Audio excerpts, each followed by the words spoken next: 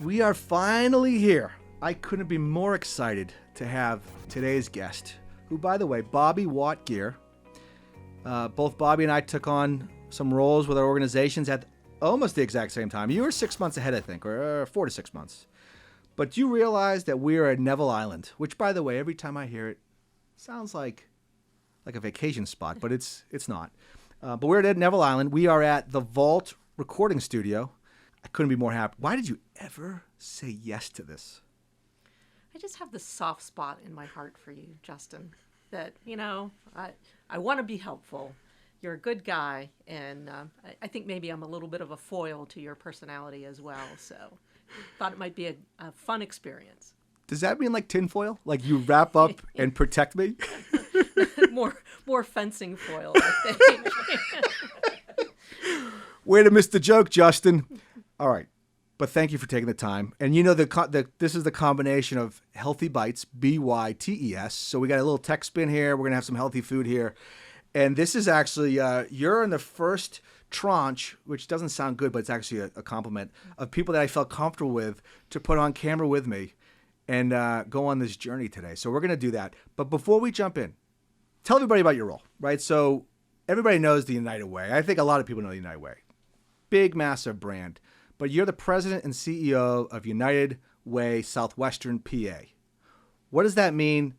Give us the 30 seconds. Yeah, so really at the heart of what United Way does is we're problem solvers, and we're solving problems in the community that really create opportunity for people to have good lives. So when you think about what do you need to have a good life? Food and shelter and a good job and a good education. And so we're working in the community to be able to solve those complex problems. And as you can imagine, usually one organization isn't able to tackle all of that. And so that's what United Way's role is. So we're bringing together corporations and public agencies and nonprofit organizations, and we're raising the dollars to be able to address those issues. So we're a problem solver and we're a convener. Awesome. And, I've been working a lot with the United Way. As full disclosure, I'm on the board of the United Way. And we've been working on let them on. Yeah, another thing we all still question. So the United Way, and we've been actually working on some of the long-term strategy and all that sort of fun stuff with you. And your leadership has been phenomenal. But before we go there and start talking about technology and how it's changed philanthropy, it's changed organizations engaging with the community, we've got to try the Healthy Bytes, because that is part of the show that keeps people watching. So unfortunately, you drew the short stick today, because there is some potent stuff here. Potent. Smelly. Yeah. Potent is a good word, isn't it? That's a 5-point word. I don't know where to start. I mean, do we have can we see that? Probably can't see that, but there are some serious colors going on here. And I got to tell you, how I got to this, because people have been asking, is that my brother-in-law is a former chef. I shouldn't say former. He's a current chef, but he knows foods backwards and forwards. He knows how to mix things. He knows how to make it painful for me as well as healthy for me. And that's a shout out to Tom, Chef Tom. Does he know you have friends, though? Well, the goal is to have no friends. And Tom would be the last remaining friend I have. And he has no idea I'm talking about him now, but that's okay. Chef Tom is all into fermented vegetables and the fermentation process. And I could tell you, when I opened up the jars to some of the stuff, that was a Macaulay Culkin moment right there. Do you see that? The smell that came out of there and the liquid all over the vault's floor, part of my cleaning crew, because of the fizzle, the carbonation, everything that's happening. How do you make beer? Ironically enough. All right. Okay. So traditional Korean dish is kimchi. One regulates the immune system. Did you know that? I didn't know that. It's definitely, it slows the aging process. Now, I don't know if that's fact-based or not. So people love this stuff. So let's grab it. So here's the thing, right? So we have a scale here at Healthy Bytes. My daughter is never going to eat anything on this plate. So she would be a 1, which is, I'm not eating that. I'm not touching it. No way. Now, a 5 is Evan. Evan would say, oh, I might take that from you, Dad. And oh, by the way, I might take it out of the pantry before you get there. And then a 10 is Mr. Chew, which is my dog, or our dog, Chewbacca. He eats anything, including the glassware underneath this. So that's kind of the rating scale. And at this moment, let's go with the kimchi first. Okay. Because we have kimchi, and then we have some sauerkraut, which is close to our hearts here in Pittsburgh, and then we have seaweed salad. First off, before you jump in there, I know you're excited. Mm-hmm. I am, indeed. Whew. Oh, I love the smell. You have to waft. Waft, gently waft. That's what they taught us in chemistry class. I was about to say that. Yeah. His name was Mr. Zanidi, I think, and he gently waft. Yes. Let's take a bite. Oh boy, this is gonna be tough. I love this. This is good. It's good. Mm-hmm. How about the kick? It's got a little kick Yeah, to a it. little bit of kick. There's a Korean restaurant I go to in New York with some of my colleagues at PwC. And anytime I'm in New York, I can't say the name, but we love to go there. And this is on the table, and you have the hibachi cooking and all this stuff. Unbelievable. So, but this is it, and wow, it's good. It's actually one of the better bites I've had on Healthier Bites. I don't want to tell anybody where we're going on the scale here, but let's put that down. Okay. All right, grab the second fork. I don't like how this looks. I've got a very full bowl of it, too. I made sure your bowl was fuller than mine. Sauerkraut. So let's remember sauerkraut made with organic cabbage, turmeric. Turmeric is like the hot thing right now. Look at you ready. You're ready to jump in. Let's do it. All right, here we go.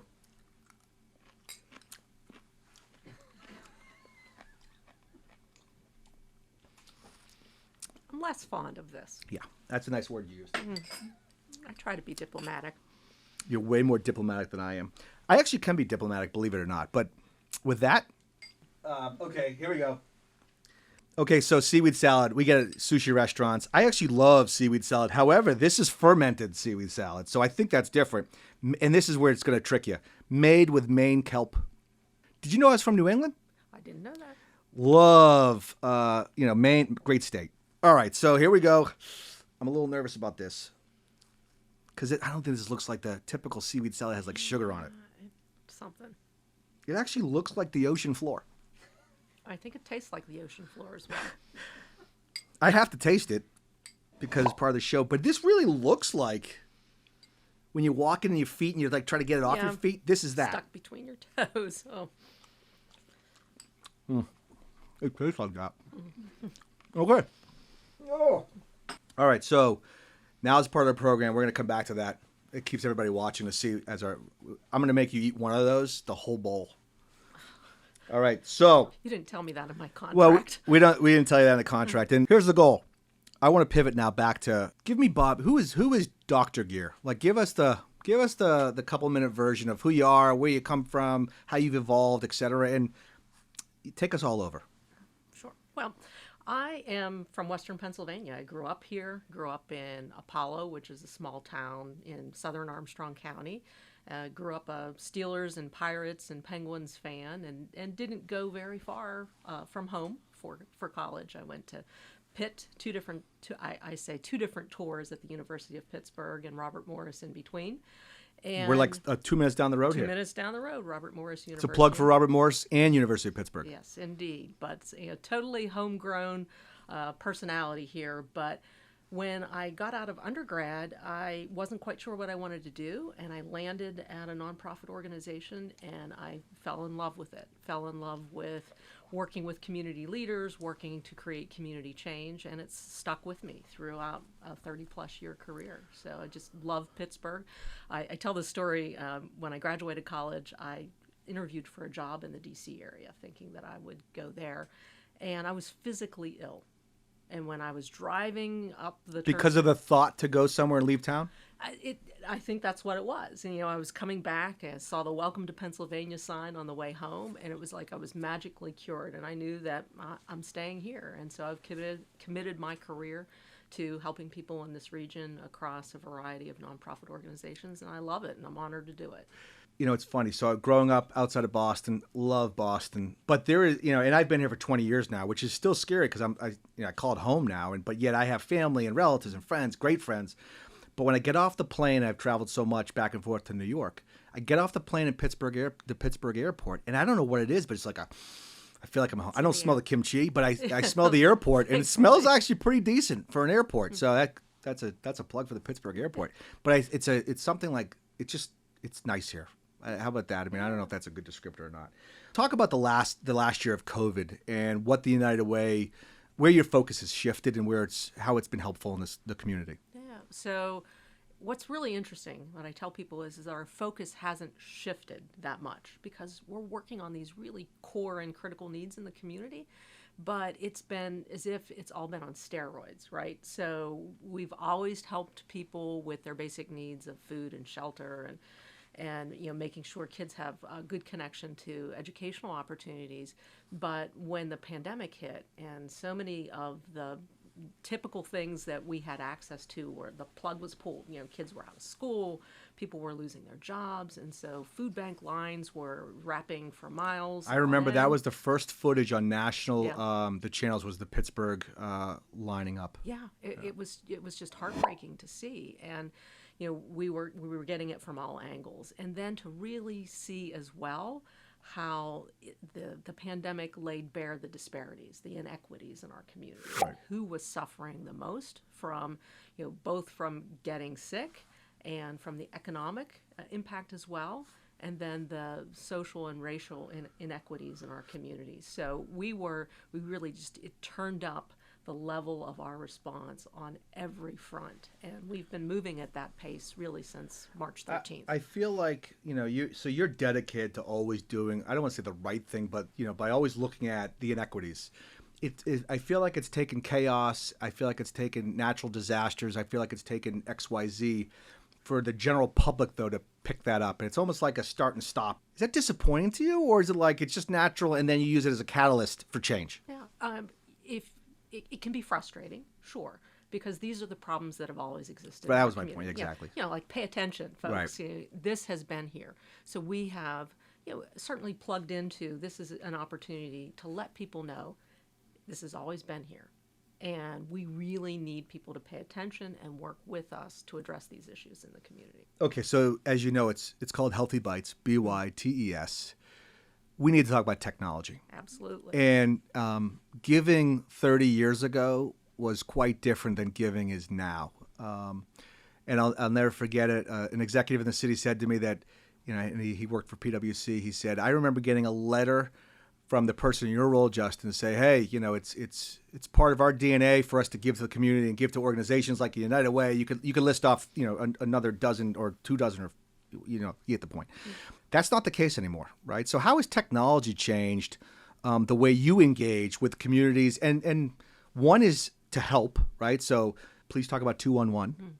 And the other is around the giving aspect, right? How do you engage with the public to get people to give and give more? Not just dollars, but volunteer hours. Yeah. So that's a loaded question. Yeah, and a lot of elements to that question.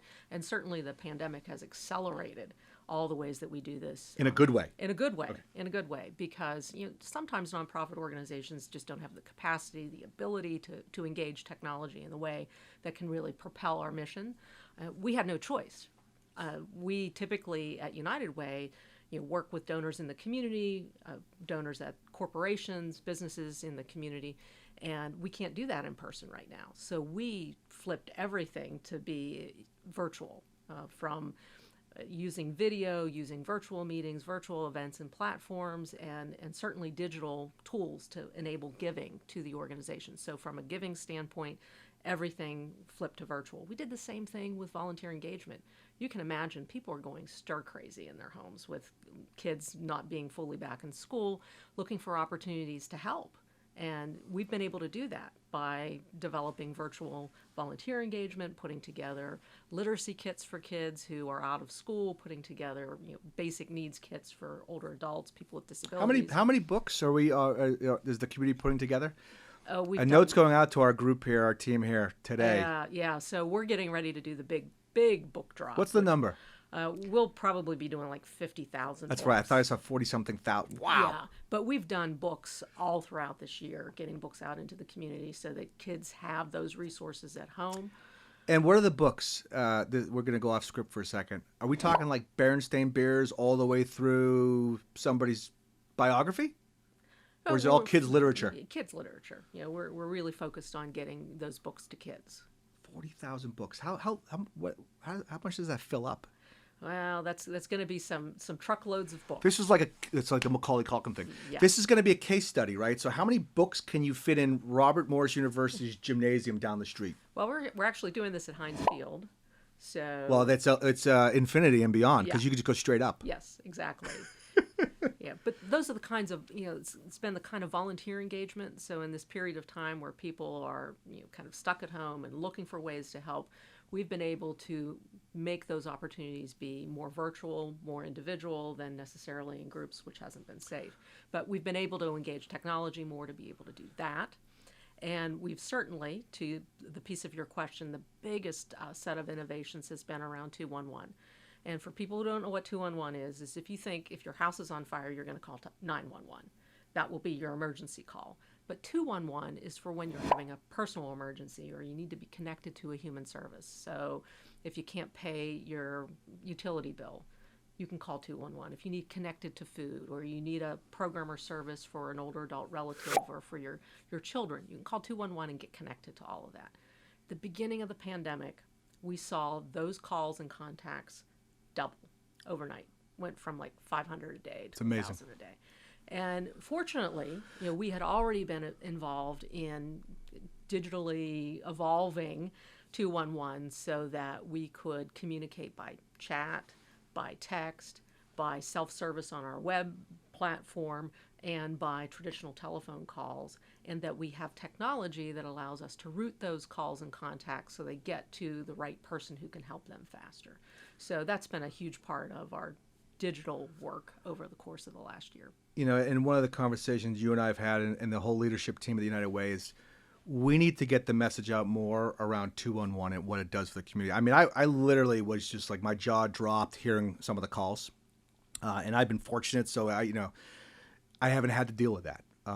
But it's amazing to listen to the calls, and one is, the people in need, I think I recognize, but how quickly that there is some, we can't solve everything, but the United Way and 211 actually is engaging and is trying to triage help to support our community. It's pretty incredible when you listen to some of the calls and contacts that come in, and it's usually people have 4 or 5 or 6 different things going on, and they call you because maybe they can't pay their rent, and then you find out that they don't have food in the house for their kids, or they're trying to interview for a job and they don't have childcare, and how can we help them with all those challenges? Free and available 24/7, 365.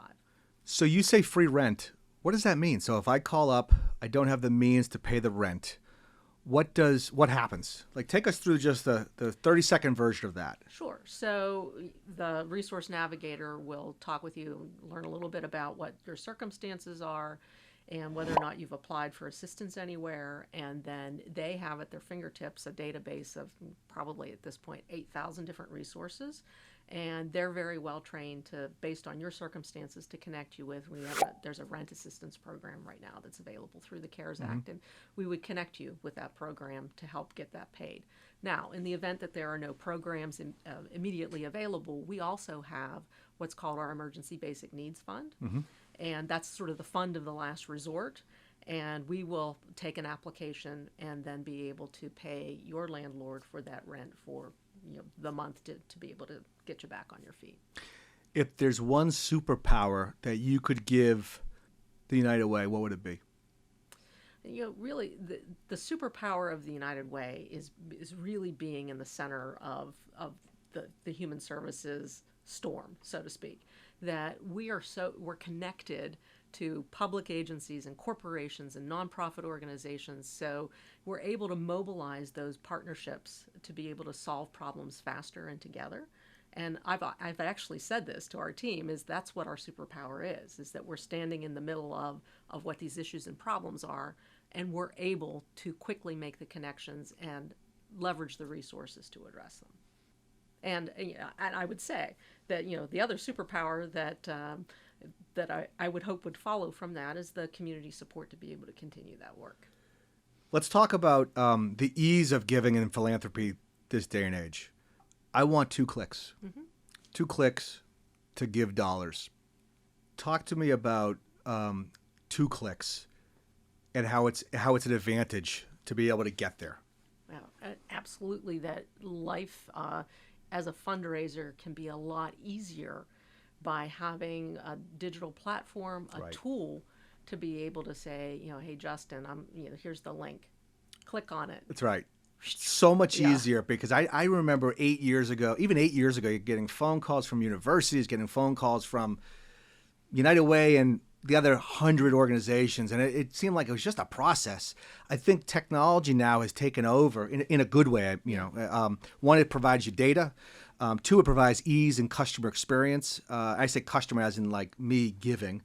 And then I think the other thing is around generational aspect, right? I think the generations are changing, obviously. But as far as the expectation, so you can think about any of the websites we all buy these goods on that. So there's that expectation that when we're giving to our charity of choice or charities of choice, that it's just like 1, 2, 3 clicks. So I love the fact that a large organization like the United Way gets that. What's a question I didn't ask you, Bobbi? You didn't ask me what I had for breakfast. Were you planning? Yeah. What was your breakfast? I can't imagine you had that. No, actually, What was today's breakfast? I was keeping the palate sort of tame today in preparation for not knowing what I was going to How have. excited were you? Did you think they'd be like moving squid on the table? Well, I was sure hoping not. So. Well, that's a great pivot. So now is the fun part again, right? So now, well, first off, it was fun. I love talking about the community. I mean, all you do is amazing. I love your leadership. It's just fun working with you and fun working with the United Way, obviously. Now we have to talk about the food, though. So here we go. Oh, I love the crunch. Like with the fork cuts through it. I love that feeling. That's good. Carrots, spices. I don't know what else is in there. It's good, though. Now we got to rate this. Remember, 1 is Mia, daughter. She says, I don't want that. No way. Evan is a 5. I'm taking that from you. I'm going to eat more.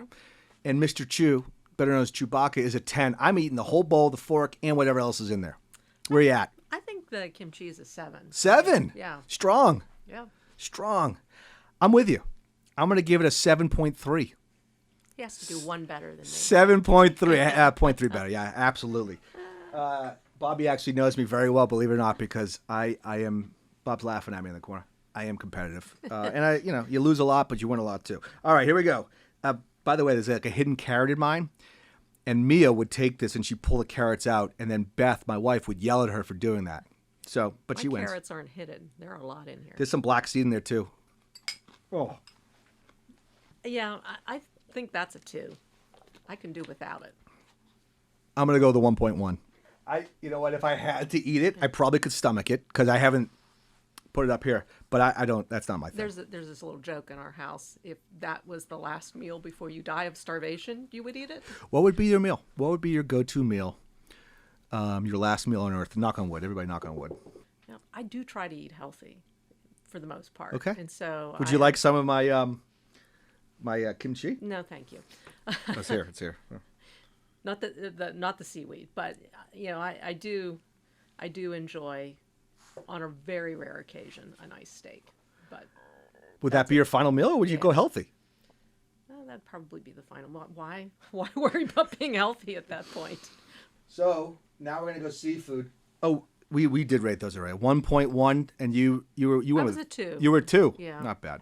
Let's go big. Come on, big. I can't hold my nose in. Bobbi, we will do this. We will do this till we get this done right. This is like eating peas when I was a kid. No, this is like eating what's in my sink at the bottom. Let's you're go. Unkind. Big. There you go. Oh. Oh, wow. I like the crunch. Oh, I don't even like the crunch. Give it the scale. 1 is Mia. There's no way I'm eating that. And I say that with the most aggression I've had all day. A 5 is Evan. I'm eating that. By the way, Evan would eat that. And then a 10 is Chewy. I'm not sure Chewy would even eat that. Chewy might walk away. Go ahead. That's about a -25 on my scale. There's a first time for everything. This is our first negative rating on Healthy Bytes. I want to congratulate you. You've won a trip to the Bahamas. Before you get there, you have to clean out Justin's sink and pull out that. And a lifetime supply. And a lifetime supply of fermented seaweed. Fermented seaweed, which, by the way, is very healthy for you, so they say, and it is something you should think about, especially being a health person. But maybe you wouldn't do steak with that on top, sort of like a dressing? No, thank you. -25, I'm going to give it a 0.7. Mm-hmm. That's a 0.7. That's actually my lowest rating of all the Healthy Bite episodes, 0.7. One is before we wrap up here, Bobbi. I know all of us have the rejection stories, and I've realized that when I put my rejection from PwC back in the 90s, and yes, I was working in the late 90s, it was amazing that it was like some 500,000 views. People wanted to see that, people like us who've made it in our careers, who've done well. I'm not sure I've made it, but, we've done decently well in our careers, and you've done exceptionally well. Have you been rejected before? Oh, my. Don't share a list here. Just one or two. Ways, right? Yeah, no. Yeah, absolutely.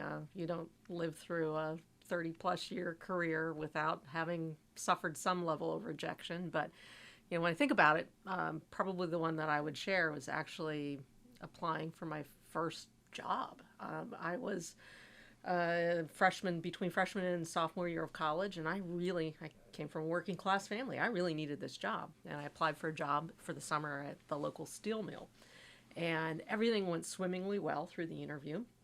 And then they sprung this strength test on me. Like, what's that? Like mental or physical? Physical strength. I mean, it was a steel mill, fair enough. We expected to have to lift some boxes and move some things around, but I didn't anticipate it, and I failed the strength test.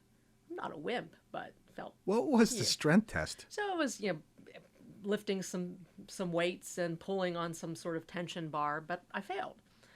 And in the moment, I thought, oh, crap, what am I going to do? I need this job. I need to, help pay for college. And at the time, that job paid like triple what today's minimum wage is. So it was comparatively, yeah, it was a good job.